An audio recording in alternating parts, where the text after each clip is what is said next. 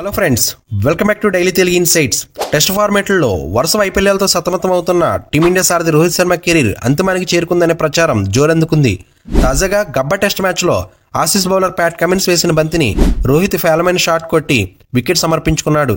దీంతో తీవ్ర అసంతృప్తికి గురైన రోహిత్ తన గ్లౌజులను డెకౌట్ వద్దే పడేసి డ్రెస్సింగ్ రూమ్లకు వెళ్లిపోవడం ఫ్యాన్స్ను ఆశ్చర్యానికి గురిచేసింది.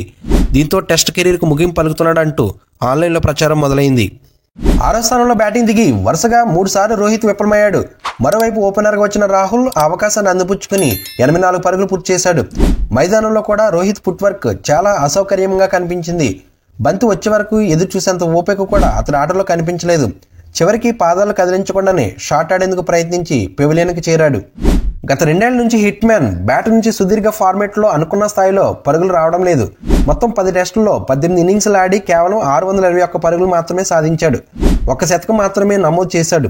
అతని టెస్ట్ కెరీర్ బ్యాటింగ్ సగటు 45 కాగా ఈ 18 ఇన్నింగ్స్లో యావరేజ్ 34.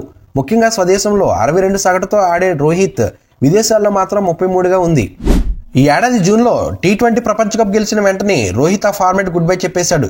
ఛాంపియన్స్ ట్రోఫీ తర్వాత వన్డే ఫార్మేట్లో కూడా విశ్రాంతి తీసుకుంటాడనే ప్రచారం జరుగుతుంది. వరల్డ్ టెస్ట్ ఛాంపియన్షిప్ తర్వాత సుదీర్ఘ ఫార్మేట్ నుంచి కూడా వైదొలుగుతాడనే ప్రచారం జరిగిన బోర్డర్ గవస్కర్ ట్రోఫీ అనుకున్నంత సాఫీగా జరగడం లేదు. WTC ఫైనల్స్కి చేరాలంటే ఖచ్చితంగా గెలిచి తీరాల్సిన మ్యాచ్లో కూడా బ్యాటర్లు చేతులెత్తేస్తున్నారు.